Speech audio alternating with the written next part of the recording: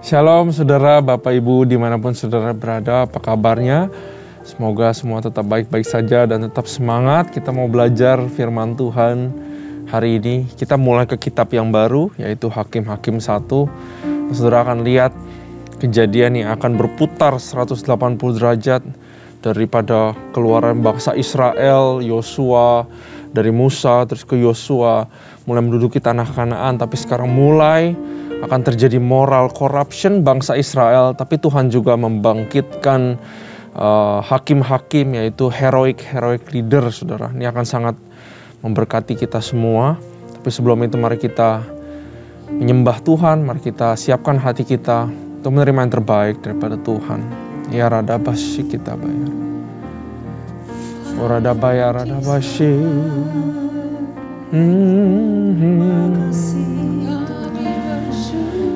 Terima kasih Tuhan, haleluya, haleluya.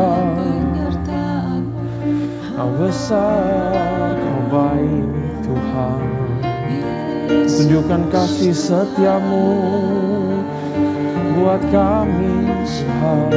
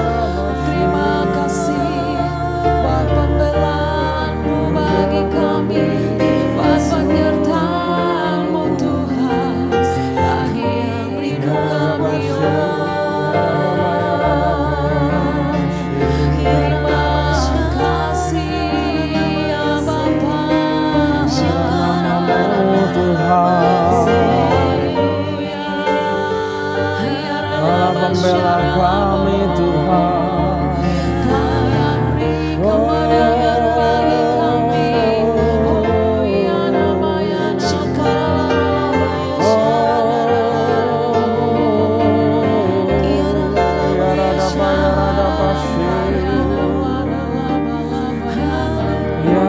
baya rada basi.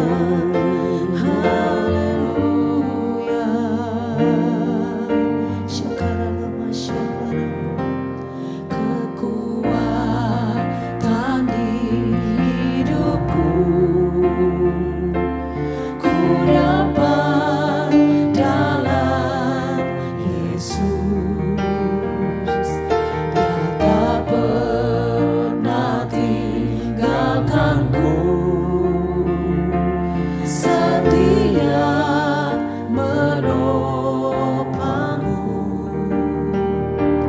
berseru berharap dalam Yesus.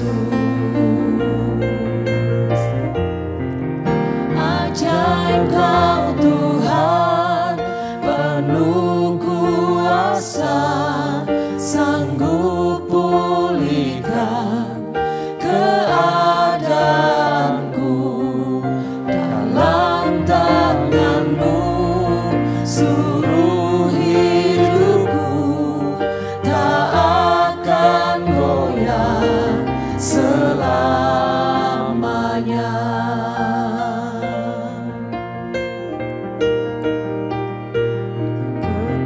Kekuatan di hidupku, ku dapat dalam Yesus. Dia tak pernah tinggalkanku, setia menopangku, berseru berharap dalam Yesus. Ajaib Kau Tuhan, penuh kuasa, sanggup pulihkan keadaanku. Dalam tangan-Mu seluruh hidupku tak akan goyah selamanya.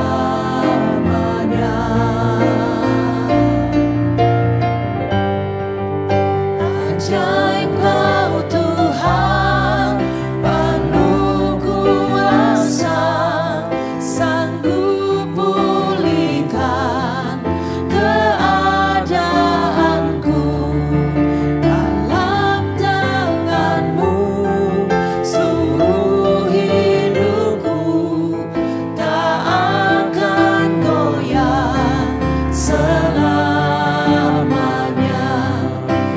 Ajaib Kau Tuhan, penuh kuasa, sanggup pulihkan keadaanku. Dalam tangan-Mu seluruh hidupku tak akan goyah selamanya. Tak akan goyah selamanya. Tak akan goyah selamanya.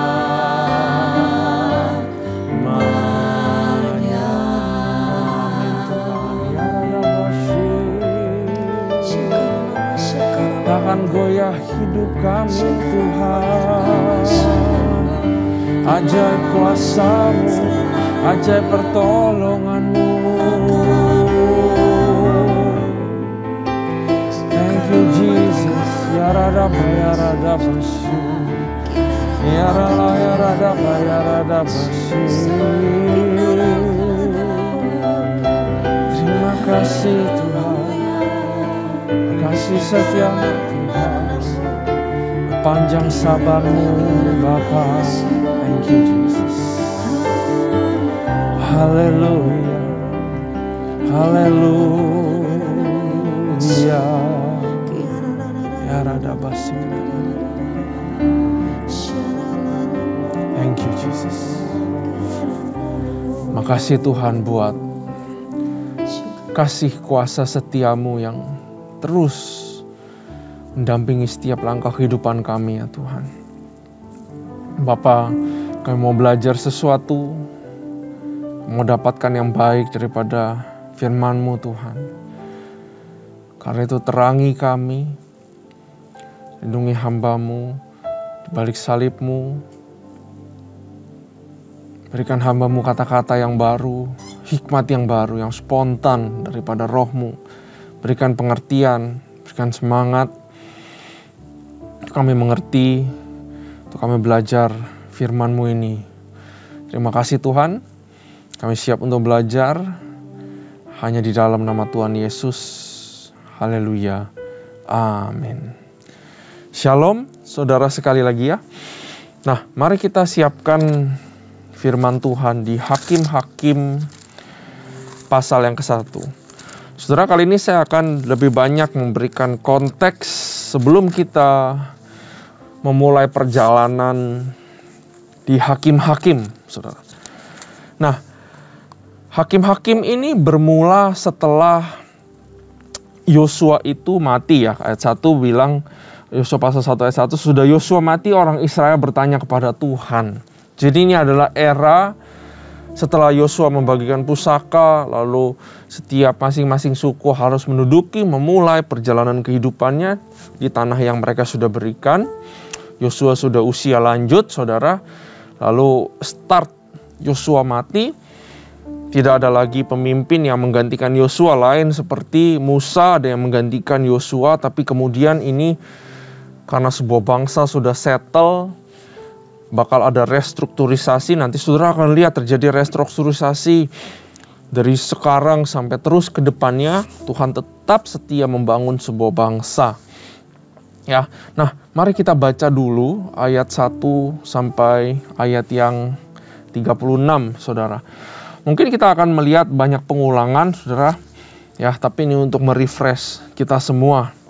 Nanti kita akan belajar konteks Hakim-Hakim ini, buku ini modelnya seperti apa, tipenya seperti apa. Dan di pasal 1 ini ada satu hal yang luar biasa yang saya dapatkan dan saya rindu untuk share dengan saudara. Sesudah Yosua mati, orang Israel bertanya kepada Tuhan. Artinya apa, saudara? Tidak semua pemimpin available di dalam kehidupan kita, tapi Tuhan pasti available. Ya, kita dengar pemimpin, tapi kita juga belajar untuk bisa berkomunikasi dengan Tuhan. Siapakah daripada kami yang harus lebih dahulu maju menghadapi orang Kanaan untuk berperang melawan mereka? Jadi Yosua itu sudah mengalahkan orang Kanaan yang penting-penting, saudara. Critical battle, key cities itu sudah dikuasai, sudah dikalahkan, sudah dilakukan sama Yosua. Tapi giliran setiap suku juga ada pertempurannya masing-masing untuk menduduki tempatnya, dan di situ masih ada orang-orang Kanaan, saudara. Ayat 2 firman Tuhan, suku Yehuda lah yang harus maju, sesungguhnya telah kuserahkan negeri itu ke dalam tangannya. Lalu berkatalah Yehuda kepada Simeon, saudaranya, majulah bersama-sama dengan aku ke bagian yang telah diundikan kepadaku, dan baiklah kita berperang melawan orang Kanaan. Maka aku pun akan maju bersama-sama dengan engkau ke bagian yang telah diundikan kepadamu. Lalu Simeon maju bersama-sama dengan Yehuda. Maka majulah suku Yehuda, lalu Tuhan menyerahkan orang Kanaan dan orang Feris ke dalam tangan mereka, dan mereka memukul kala orang-orang itu dekat Bezek, 10.000 orang banyaknya. Di Bezek mereka menjumpai Adoni Bezek dan berperang melawan dia, dan mereka memukul kala orang Kanaan dan orang Feris. Tetapi Adoni Bezek melarikan dirinya, lalu mereka ngejar, menangkapnya dan memotong ibu jari dari tangannya dan dari kakinya. Kata Adoni Bezek, ada 70 raja dengan terpotong ibu jari tangan dan kakinya memungut sisa-sisa makanan di bawah mejaku. Sesuai dengan yang kulakukan itu, demikianlah dibalaskan Allah kepadaku. Kemudian ia dibawa ke Yerusalem dan mati di sana. Sungguh mengenaskan, saudara. Ayat 8, sesudah itu Bani Yehuda berperang melawan Yerusalem. Ya, merebutnya lalu memukulnya dengan mata pedang dan memusnahkan kota itu dengan api. Kemudian Bani Yehuda maju berperang lawan orang Kanaan yang diam di pegunungan, di tanah Negeb dan di daerah bukit. Lalu suku Yehuda bergerak menyerang orang Kanaan yang diam di Hebron. Nama Hebron dahulu adalah Kiryat Arba. Siapa yang menempati Kiryat Arba namanya Kaleb, saudara, dan memukul kalah Sesai, Ahiman, dan Talmai. Dari sana mereka bergerak menyerang penduduk Debir. Nama Debir dahulu adalah Kiryat Sefer. Berkatalah Kaleb, siapa yang mengalahkan dan merebut Kiryat Sefer, kepadanya akan kuberikan Aksa, anakku, menjadi istrinya, dan Otniel. Otniel ini adalah hakim-hakim yang pertama. Nanti hakim yang pertama adalah Otniel. Anak Kenas, adik Kaleb, merebut kota itu, lalu Kaleb memberikan Aksa anaknya kepadanya menjadi istrinya. Ketika perempuan itu tiba, dibujuknya suaminya untuk minta sebidang ladang kepada ayahnya, maka turunlah perempuan itu dari keledainya, lalu berkatalah Kaleb kepadanya, ada apa? Jawabnya kepadanya, berikanlah kepadaku suatu hadiah. Telah kau berikan kepadaku tanah ladang yang tadi yang diminta ya saudara, tanah yang gersang. Berikanlah juga kepadaku mata air, katanya. Lalu Kaleb memberikan kepadanya mata air yang di hulu dan mata air yang di hilir. Nah, kita sudah baca juga tadi ya. Pengulangan yang barusan itu ada di Yosua pasal yang ke-15, saudara. Waktu Yosua memberikan pusaka kepada suku Yehuda. Saudara bisa ulang lagi di sana sebenarnya. Nah, ayat 16, keturunan Hobab, ipar Musa, orang Keni itu maju bersama-sama dengan Bani Yehuda dari kota pohon korma ke padang gurung Yehuda di tanah Negeb dekat Arad. Lalu mereka menetap di antara penduduk di sana. Yehuda maju bersama-sama dengan Simeon, saudaranya itu, lalu mereka memukul kalah orang Kanaan, penduduk Sefat. Mereka menumpas kota itu, sebab itu kota yang dinamai Horma. Selanjutnya suku Yehuda merebut Gaza dengan daerahnya, Askelon dengan daerahnya, dan Ekron dengan daerahnya. Dan Tuhan menyertai suku Yehuda sehingga mereka menduduki pegunungan itu. Tetapi mereka tidak dapat menghalau penduduk yang di lembah, sebab orang-orang ini mempunyai kereta-kereta besi. Kepada Kaleb telah diberikan Hebron seperti yang dikatakan Musa dahulu, dan dari sana telah dihalaunya anak-anak yang 3 itu. Nah, saudara perhatikan sampai sini bahwa walaupun peperangan yang besar atau yang penting sudah dilakukan oleh Yosua, tapi tetap mempunyai tugas untuk menduduki, menjaga daerahnya, dan mengusir orang Kanaan. Orang Kanaan itu lambang daripada dosa, daripada penyimpangan, penyembahan berhala. Mereka mempraktekkan mengorbankan anak sendiri, ya, keturunan sendiri untuk dapatkan sesuatu, ya. Karena itu saudara, kalau saya baca sampai ayat 20 sekarang aja bahwa walaupun Yesus sudah menang di kayu salib, kita disebut sebagai pemenang dan lebih dari pemenang. Tapi pertempuran itu akan terus ada di dalam kehidupan. Ini merupakan pesan profetik bagi kita untuk kita tidak lengah dan kita tetap bertempur, ya. Apalagi kita di dalam masa sanctification, kita dikuduskan. Begitu banyak hal-hal yang menyerang kita, baik itu keadaan, baik itu si iblis, baik itu juga diri kita sendiri, kedagingan kita. Nah, belum selesai pertempuran kita, janganlah kita menjadi lengah, saudara. Ayat 21, tetapi orang Yebus, penduduk kota Yerusalem, tidak dihalau oleh Bani Benjamin.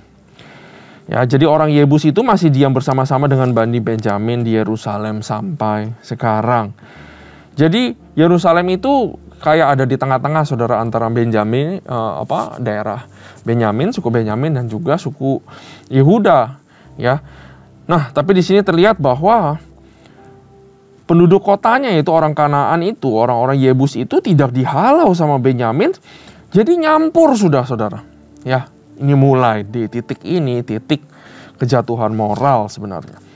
Ayat 22, keturunan Yusuf juga maju menyerang Betel, dan Tuhan menyertai mereka. Keturunan Yusuf menyuruh orang mengintai Betel itu, nama kota itu dahulu adalah Luz.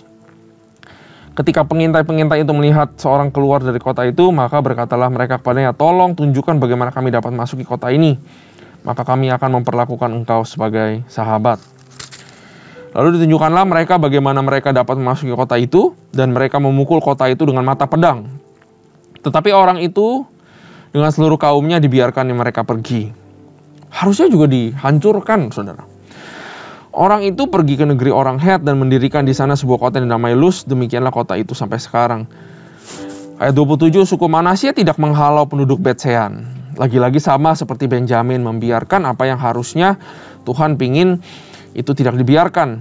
Dan penduduk segala anak kotanya, penduduk Tanak, dan segala anak kotanya, penduduk Dor, dengan segala anak kotanya, penduduk Yibleam, dengan segala anak kotanya, dan penduduk Megido dengan segala anak kotanya, sebab orang Kanaan itu berkeras untuk tetap diam di negeri itu. Bukan artinya nggak bisa diusir, saudara. Tapi kita melihat bahwa suku-suku Israel mulai tidak mentaati perintah Tuhan melalui Yosua atau mungkin Musa. Mereka pasti tahu, saudara. Mereka mulai lembek, mereka mulai lengah, saudara.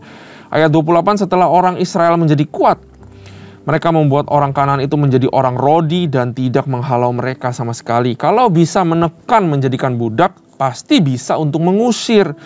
Mereka tidak tahu disinilah kesalahan yang sebenarnya sudah dilakukan mereka. Mungkin belum dapat impact-nya, tapi satu hari nanti kita akan lihat. Di Hakim-Hakim pasal yang terakhir, saudara, akan tertulis bahwa tidak ada bedanya lagi orang Israel dengan orang Kanaan. Mereka bercampur dan menjadi murtad, moralnya turun, sehingga ada kata-kata yang sangat terkenal bahwa orang Israel tidak lagi tahu mana yang benar, mana yang salah. Masing-masing daripada mereka melakukan sesuatu menurut apa yang mereka anggap benar. Sangat mengenaskan, saudara. Ayat 29, suku Efraim pun tidak menghalau orang Kanaan yang diam di Geser. Efraim ikutan, sehingga orang Kanaan itu tetap diam di tengah-tengah mereka di Geser. Suku Zebulon tidak menghalau penduduk kota, penduduk Kitron dan penduduk Nahol, sehingga orang Kanaan itu tetap diam di tengah-tengah mereka walaupun sebagai orang Rodi.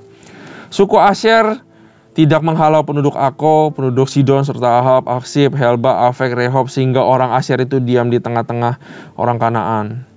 Penduduk asli negeri itu sebab orang-orang itu tidak dihalaunya. Suku Naftali tidak menghalau penduduk Bet Semes dan penduduk Bet Anat, sehingga mereka diam di tengah-tengah orang Kanaan, penduduk asli negeri itu, tapi penduduk Bet Semes, Bet Anat itu menjadi orang Rodi bagi mereka.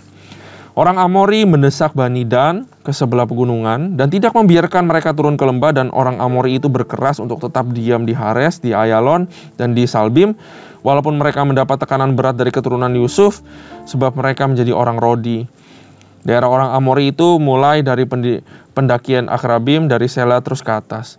Nah, saudara, apa yang terjadi di sini? Umat Israel tidak menghabiskan akar masalah sampai tuntas.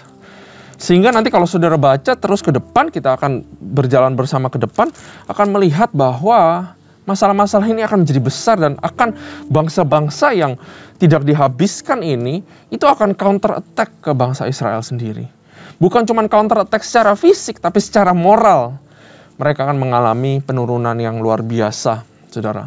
Selama ini kita suka salah bahwa hakim-hakim itu cerita tentang orang-orang hebat. Ada Gideon, 300 ngalahin banyak, ada Simpson, ya. Tapi sebenarnya hakim-hakim ini adalah titik di mana bangsa Israel jatuh habis-habisan. Hancur habis-habisan. Tuhan benar memakai 6 orang yang menjadi hakim-hakim.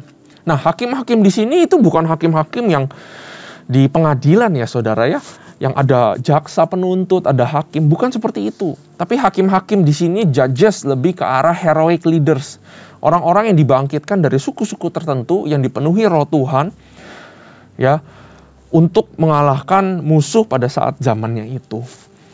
Artinya apa? Walaupun sedang mengalami keturunan, tapi Tuhan sebenarnya tetap membela umat-umat Israel.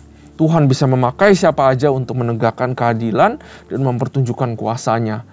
Tapi tidak bisa dipungkiri bahwa kita belajar juga dari penurunan kebobrokan moral daripada bangsa Israel, saudara. Nah, hakim-hakim ini nanti di dalam perjalanan kita belajar Bible study ini, kita sebenarnya hakim-hakim ini ada 3 bagian besar. Ya, hakim-hakim yang pertama yaitu di introduction, pasal 1 dan pasal 2 itu menggambarkan kegagalan bangsa Israel drives out semua orang Kanaan. Dan ini titik di mana kesalahannya terjadi. Di pasal 1 kita melihat, kita barusan baca, pasal 1 itu adalah perspektif daripada military might atau kejadian militer.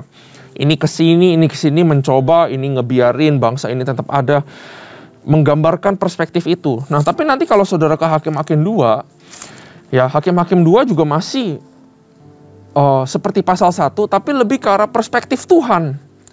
Kalau yang pasal 1 lebih ke arah militernya bagaimana ceritanya, tapi yang kedua itu lebih ke arah perspektif Tuhan, melihat apa yang jauh di dalam yang terjadi. Ya, karena mereka tidak mengusir bangsa-bangsa Kanaan ini, saudara. Nah itu yang part pertama, introduction. Nah di tengahnya part yang besarnya itu, yang intinya adalah itu dari pasal 3-16. Hakim-hakim 3-16 ya, menceritakan bangkitnya heroic leaders. Ada 6 ya. 6-6-nya ini gak ada satupun yang sebenarnya yang luar biasa hebatnya. Semuanya ada kekurangannya, saudara. Dan sayangnya dari dibangkitin 1, 2, 3, 4, 5, 6, pahlawan-pahlawan ini mulai turun moralnya, semua mulai hancur. Dari yang pertama itu ada 3, saudara. Ada Othniel, ada Ehud, dan juga ada Deborah. Ya, mereka melakukan ya pretty okay lah, lumayan. Habis itu mulai ya turun levelnya, yaitu Gideon yang selalu dibangkitkan 300. Kalau Tuhan memimpin pasti bisa kalahkan banyak, itu betul, saudara. Tapi pada akhirnya Gideon juga bikin patung berhala. Gideon bunuh bangsa sendiri. Tangannya berlumuran darah, bunuh orang Israel juga. Ya, heroic leader, tapi berakhir juga nggak baik. Nah, jadi menurun tuh sampai yang ketiga itu ada, yang keempat itu ada si Yefta, ya. Ada 1, 2, 3, 4, Yefta ada yang kelima. Yefta adalah heroic leader yang dipakai Tuhan. Dia mafia, saudara. Dan pada akhirnya dia menang, tapi dia mempraktekkan membunuh anaknya sendiri. Mirip benar sama orang Kanaan. Sangat mengenaskan bahwa seorang pemimpin sangat mirip dengan orang Kanaan atau dengan orang dunia, saudara. Sampai yang terakhir kita lihat yang paling buruk ada Simpson. Nah, saudara pasti tahu cerita daripada Simpson, saudara. Tidak ada yang benar. Jadi yang pertama introduction, ada hakim-hakim, heroic leaders. Lalu penutupan, saudara akan lihat bahwa bangsa Israel sudah nggak ada bedanya lagi. Sedikit saja bedanya sama bangsa Kanaan. Mereka semua melakukan segala sesuatu apa yang mereka sendiri anggap benar. Ya, tapi di balik hakim-hakim, Tuhan masih setia, saudara. Tuhan masih menolong. Tuhan tetap ada. Itu hebatnya Tuhan kita. Itu murah hatinya Tuhan kita. Saya senang banget, ya. Nah, dari hakim-hakim 1 ini ada satu makna yang saya mau sampaikan, saudara. Terlihat bahwa seluruh suku menduduki tempatnya yang harus ditempatkan. Tapi mereka mengizinkan beberapa orang setempat lokal Canaanite itu tetap tinggal, berbaur sama mereka, tidak dihalau. Artinya gini, di dalam perspektif sebuah pasukan atau negara, mungkin terlihat mereka sudah berhasil menginvasi, ada resultnya positif sesuai dengan arahan daripada Tuhan, saudara. Tapi caranya salah. Ya. Ini adalah makna yang kita bisa belajar dari hakim-hakim 1. Hasilnya mungkin benar. Hasilnya mungkin ada hasilnya beneran. Tapi prosesnya atau caranya salah. Jangan sampai kita mencapai sesuatu benar bagus hasilnya. Tapi cara kita ke sana itu salah. Kelihatannya oke semua. Tapi di mata Tuhan belum tentu oke. Firman Tuhan bilang kita harus punya tujuan. Orang yang tidak punya tujuan itu seperti orang yang liar. Tapi punya tujuan bukan berarti kita harus remehkan yang namanya perjalanan. Kita harus perhatikan bahwa perjalanannya harus benar. Artinya apa? Cara sampai sananya harus benar. Prosesnya harus benar. Jangan sampai kita sampai ke tempat tujuan, tapi prosesnya, caranya salah. Itu yang tidak diinginkan Tuhan. Karena di dalam perjalananlah kita dibentuk. Karena di dalam perjalananlah karakter kita dibentuk, hati kita dibentuk. Ya, contohnya kepemimpinan, saudara. Kalau saudara lihat kepemimpinan Daud, waktu Daud dia tahu tujuannya diurapi sama Samuel untuk menjadi raja Israel. Ada perjalanan yang harus dia lewati, naik turun, saudara. Sangat turun sampai dia dikejar-kejar di Gua Adulam dengan orang-orang yang juga dalam tanda kutip madesu, masa depannya suram, jadi pemimpin di sana. Dia tahu dia pasti menjadi raja Israel. Waktu dipertemukan sama Saul, dia tidak main curang, dia tidak main bokong, tidak main belakang, saudara. Dia bilang tangan saya tidak mau berdarah karena Saul tetap masih orang yang dipilih sama Tuhan. Tujuannya tercapai, perjalanannya juga benar, saudara. Prosesnya juga benar. Sebagai seorang leader, saudara, beberapa contoh saya sebutkan. Sebagai seorang leader, mungkin kita memang punya beban sebagai seorang leader untuk menghasilkan sesuatu yang manis atau yang harum. Tapi jangan sampai cara kita memimpin itu salah, saudara.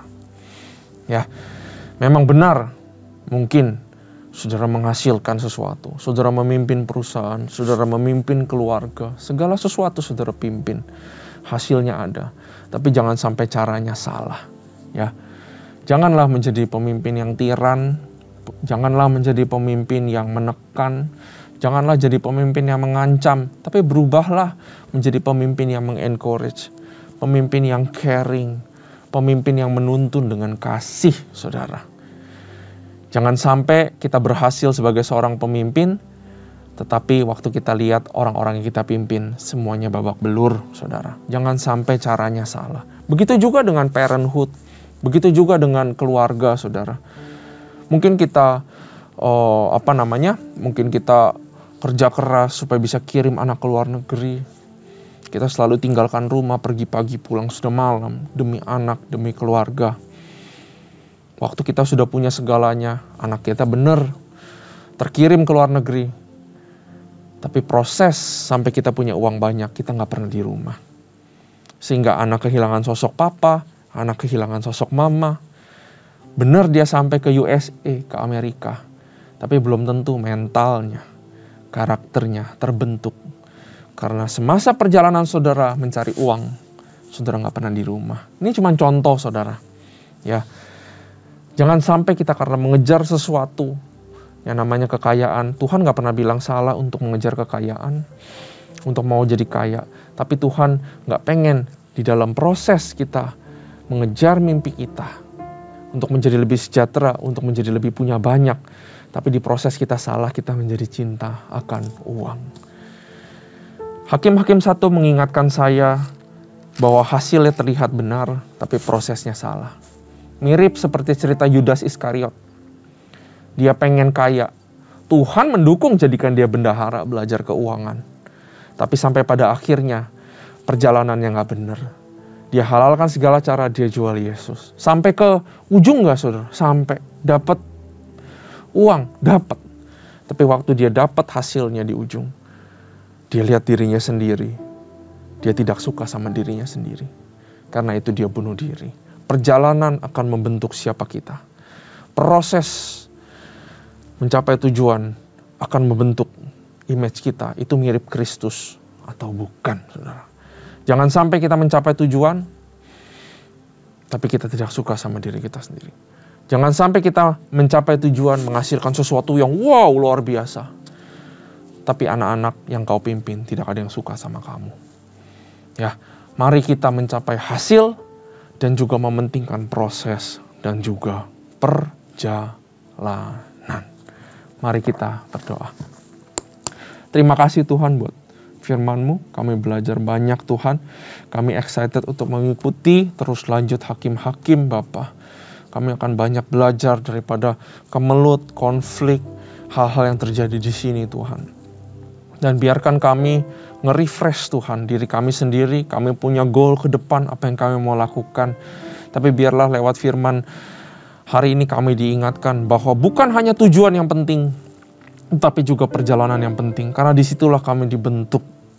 Karena disitulah kami diajar. Karena disitulah kami berubah menjadi orang yang seperti apa Tuhan. Biarlah kami mencapai tujuan kami dengan cara yang benar daripada-Mu. Hanya di dalam nama Tuhan Yesus Kristus. Haleluya. Amin. Tuhan Yesus memberkati.